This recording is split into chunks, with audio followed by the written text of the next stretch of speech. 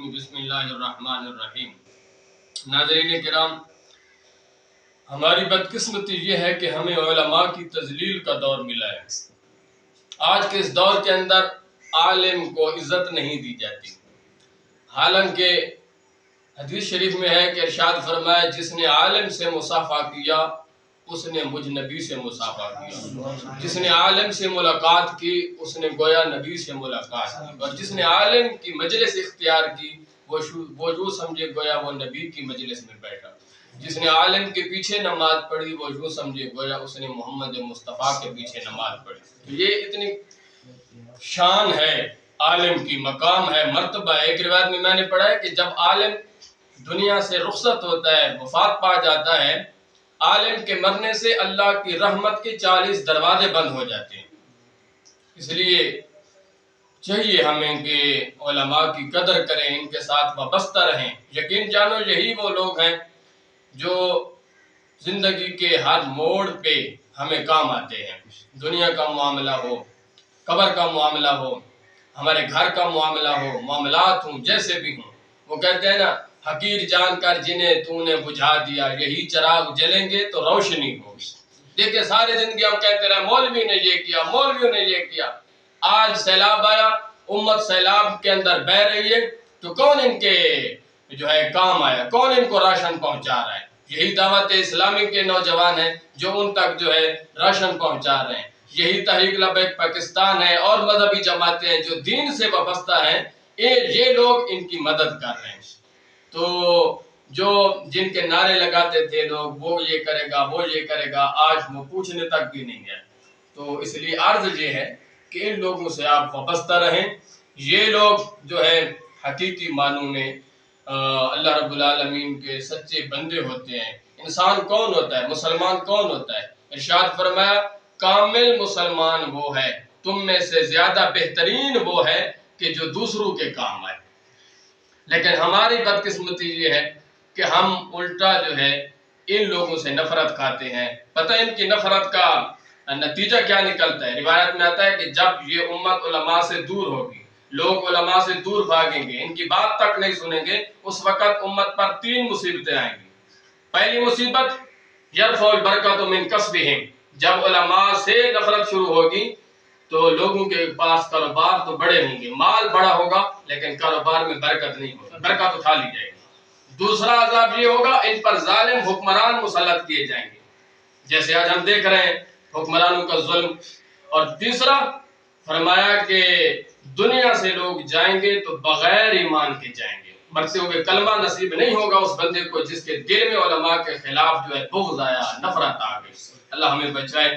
تو آج کا جو ہمارا موضوع ہے وہ یہ ہے کہ یہ بڑا ایشو بنا ہوا ہے کہ جی مولوی دین فروش ہے، معاذ اللہ، یہ قرآن پڑھاتے ہیں، حدیث پڑھاتے ہیں، پھر پیسہ لیتے ہیں تو یہ کوئی ناجائز کرتے ہیں۔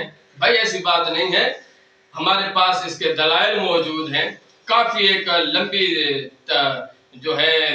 اس کی ایک تفصیل ہے، لسٹ ہے حوالہ جات کی۔ میں صرف خلفائے راشدین کا عمل آپ کے سامنے رکھتا ہوں کہ آیا وہ جو مسلمانوں کے اندرونی اور بیرونی مسائل حل کرتے تھے، دینی خدمات سر انجام دیتے تھے، تو دینی خدمات سر انجام دینے پر کیا وہ تنخواہ لیتے تھے یا نہیں لیتے تھے؟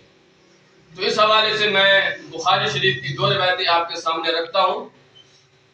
امام بخاری نے اپنی کتاب صحیح بخاری کے اندر اس کی جلد اول کے اندر صفحہ نمبر 287 پہ اس روایت کو درج کیا ہے کہ ام المؤمنین حضرت عائشہ صدیقہ رضی اللہ تعالیٰ عنہ فرماتی ہیں کہ جب میرے ابو جان حضرت ابوبکر صدیق بولو رضی اللہ تعالیٰ عنہ کو خلیفہ بنایا گیا تو آپ نے اپنی قوم کو اکٹھا کر کے فرمایا کہ پہلے تو میں کاروبار کرتا تھا، میرے گھر کا خرچہ پورا ہو جاتا تھا، اب میں مسلمانوں کے معاملات میں مشغول ہو چکا ہوں، لہذا اب ابوبکر اور ابوبکر کے اہل و عیال بیت المال سے کھائیں گے۔ اس حدیث کی شرح کے اندر علامہ بدر الدین عینی حنفی نے بڑی عمدہ بات لکھی ہے، وضاحت سے لکھا۔ انہوں نے فرمایا کہ جب حضرت ابوبکر صدیق رضی اللہ تعالیٰ عنہ کو خلیفہ بنایا گیا تو آپ اپنے معمول کے مطابق اپنے سر پہ کپڑوں کی گٹھڑی لے کر بازار کی طرف جا رہے تھے، تو راستے میں حضرت عمر بن خطاب، ابو عبیدہ بن جراح رضی اللہ تعالیٰ عنہما سے ملاقات ہوئی۔ تو انہوں نے کہا حضور آپ یہ کیا کر رہے ہیں؟ تو آپ نے فرمایا اگر میں تجارت نہ کروں تو میرے گھر کا خرچ کیسے پورا ہوگا؟ میرے بال بچے کہاں سے کھائیں گے؟ تو حضرت عمر فاروق نے عرض کی، حضرت ابو عبیدہ بن جراح رضی اللہ تعالیٰ عنہما نے عرض کی کہ حضور آپ واپس چلیں، ہم جو ہے مشورہ کر کے آپ کے لیے آپ کا وظیفہ مقرر کروا دیتے ہیں۔ تو حضرت عمر فاروق آئے، حضرت ابو عبیدہ بن جراح تمام صحابہ سے مشورہ کیا، تو ان کی مشاورت سے حضرت ابوبکر صدیق رضی اللہ تعالیٰ عنہ کے لیے وظیفہ مقرر کیا، اور وہ کتنا تھا؟ نصف بکری کی قیمت یومیہ، یعنی روزانہ آپ کو جو ہے نصف بکری کی قیمت کے جو ہے وہ اس کے مطابق دیا جاتا تھا۔ تو نصف بکری کی قیمت کتنی بنتی ہے؟ ایک بکری اگر آپ 10,000 کی بھی لے لیں نا، ویسے تو 35,000 40,000 کا بکرا ہو چکا ہے، مہنگے بھی ہیں، ہم 10,000 کا حساب لگاتے ہیں۔ 10,000 کا نصف آپ کریں 5,000، 5,000 کو آپ 30 سے ضرب دیں، روزانہ کا 5 ہے یومیہ، تو ماہانہ کتنا بنا؟ یہ 1.5 لاکھ روپیہ بنتا ہے۔ تو ایک مولوی کی تنخواہ وہ 1.5 لاکھ روپیہ بنتی ہے۔ ہاں یہ میری گزارش ہے کہ یہ نہیں ہے کہ اگر اس ویڈیو کو ہمارا کوئی مولانا صاحب سنے، مولوی صاحب سنے، تو وہ سننے کے بعد فوراً یہ مقتدیوں سے جو ہے ریکویسٹ کرے میری تنخواہ 1.5 لاکھ کرے، اس طرح نہ اس کی چھٹی ہو جائے، اب وہ کہے میں نے مولوی کی تقریر سنی۔ نہیں، اس طرح مطالبہ نہیں کرنا، مقصد یہ عوام تک یہ بات پہنچانی ہے کہ ان لوگوں کی قدر کرو کہ یہ 10,000 پہ بیٹھ جاتے ہیں، 8,000 پہ بیٹھ جاتے ہیں، 5,000 پہ بیٹھ جاتے ہیں، ساری زندگی روکھی سوکھی کھاتے ہیں، محراب سے چمٹ جاتے ہیں، مصلی رسول سے چمٹ کے بیٹھ جاتے ہیں، قال اللہ و قال رسول کی صدائیں بلند ہوتی رہتی ہیں۔ تو یہ لوگ روکھی سوکھی کھا کے بھی نہ مصلی رسول سے غداری کرتے ہیں، نہ منبر رسول سے غداری کرتے ہیں۔ تو ان کا شکریہ ادا کرو کہ اپنی پرواہ نہیں کرتے، بچوں کی پرواہ نہیں کرتے، کچھ بھی نہیں ہے، کیا کہتے ہیں کہ یہی ہے یا الہی، یہی ہے آرزو کے تعلیم قرآن عام ہو جائے، ہر پرچم سے اونچا پرچم اسلام ہو جائے۔ زندگی کا کوئی مقصد ہونا چاہیے۔ سارے زندگی بندہ اپنے بیٹوں کی خاطر گزار دے، اپنے پوتوں کی خاطر گزار دے، میرے بیٹے کا ایسا گھر ہونا چاہیے، میرے پوتے کا ایسا گھر ہونا چاہیے، ہمارے پاس ایسی گاڑی، یہ زندگی نہیں ہے۔ علامہ اقبال نے کہا تھا میری زندگی کا مقصد تیرے دین کی سرفرازی، میری زندگی کا مقصد تیرے دین کی سرفرازی، میں اسی لیے مسلمان، میں اسی لیے نمازی۔ تو زندگی میں اور کام بھی ہیں۔ تو یہ مولوی لوگ ہیں جو آج تک اتنا، یہ دیکھیں زمانہ آگے جا چکا ہے، فیشن کی طرف جا رہا ہے، لیکن یہ مولوی ہے جو امام شریف سے محبت کرتا ہے، جو حضور کی داڑھی شریف سے محبت کرتا ہے، حضور کے سنت بھرے لباس سے محبت کرتا ہے۔ زمانہ کچھ بھی کہتا رہے، یہ کہتا ہے تو اس کے پیچھے چل رہا، کوئی کہتا ہے میں اس کے پیچھے جا رہا ہوں، میں اس کے پیچھے چل رہا ہوں، میں فلاں جو ہے سٹار کے پیچھے چل رہا ہوں، فلاں اینکر کے پیچھے چل رہا ہوں۔ بھائی کوئی کسی کے پیچھے چل رہا ہے، مولوی فخر نہ کرے، یہ کہتا ہے میں محمد مصطفیٰ کے پیچھے چل رہا ہوں۔ حضرت میمون سے روایت نقل کرتے ہیں علامہ بدر الدین عینی، انہوں نے فرمایا کہ جب حضرت ابوبکر صدیق کو خلیفہ بنایا گیا تو مسلمانوں نے آپ کا 2,000 درہم وظیفہ مقرر کیا۔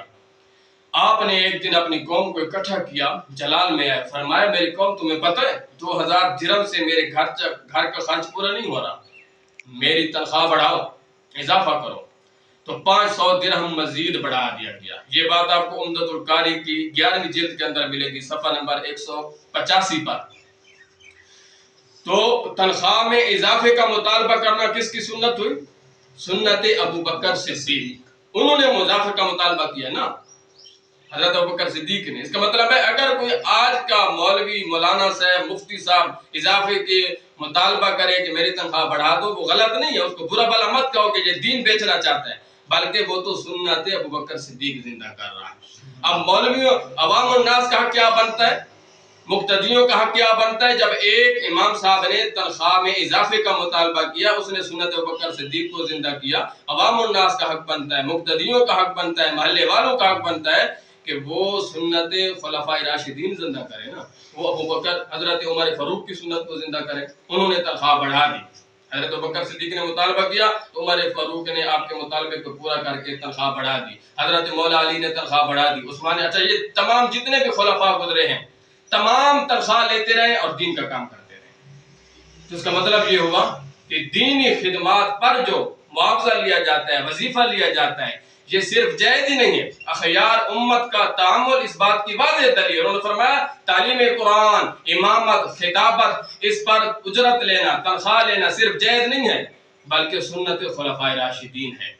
اور یہ ایک لمبی لسٹ ہے حوالہ جات کی اب ہدایہ خیرین کو اٹھا کے دیکھ لیں، آپ علامہ زین الدین ابن نجیم کی البحر الریق کو اٹھا کے دیکھ لیں، اسی طرح عمدۃ القاری کو اٹھا کے دیکھ لیں، آپ بنایا کو اٹھا کے دیکھ لیں، تمام میں آپ کو یہی ملے گا۔ یہ تمام علماء فرما رہے ہیں کہ جو آدمی دین کی خدمت کرتا ہے تاکہ حضور پاک کی سنت زندہ رہے اور لوگ جو ہے حضور کے قرآن سے پیار کریں، حضور کی سنت سے پیار کریں، تو جو دین پر جو تنخواہ لے رہا ہے، فرمایا یہ سب سے اعلیٰ اجرت ہے، سب سے ستھری، سب سے اعلیٰ، سب سے عمدہ اجرت جو ہے وہ تعلیم قرآن پر جو اجرت لے رہے ہیں، جس پر بخاری شریف کی حدیث بھی ہے۔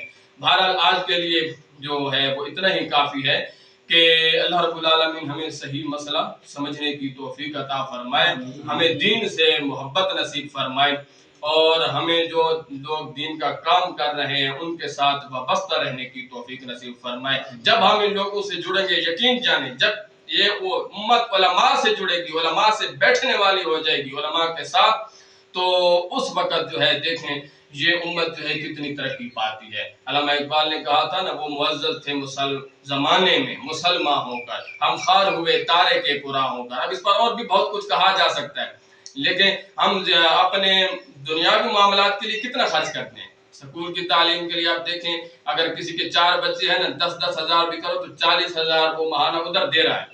ایک آدمی قرآن پڑھا رہا ہے، تیرے بچے کو کلمہ پڑھا رہا ہے، نماز پڑھا رہا ہے، یہ کوئی کام نہیں ہے، اس نے مسلمان بنا دیا۔ تو اب اس کی تنخواہ کے لیے جب کمیٹی جاتی ہے 50 روپیہ لینے، پھر اس کو باتیں سننی، آج نہ لے کل لے، سوچنے والی بات ہے نا۔ سکول کی تعلیم پر تو نے 40,000 دے دیا، اور ایک مولوی کی تنخواہ کے لیے یا مسجد کی جو ہے چندے کے لیے آدمی گیا تیرے پاس 100 روپیہ لینے کے لیے، 50 یہی تنخواہ ہوتی ہے نا، 50 اکٹھا کرتے ہیں 10,000 بن جاتا ہے۔ 50 روپیہ لینے کے لیے گیا تو نے آگے سے کہا آج نہ لے کل لے، کل نہیں پرسوں لے، تو دیکھ پھر اللہ کو منہ بھی تو دکھانا ہے۔ اس لیے گزارش ہے دین سے وابستہ رہیں۔ اگر آپ زندگی میں سکھ چاہتے ہیں نا، سکھ گھر میں چین چاہتے ہیں، سکھ چاہتے ہیں، تو اس کا ایک ہی حل ہے، دونوں عالم میں تمہیں گر مقصود آرام ہے، ان کا دامن تھام لو جن کا محمد نام ہے۔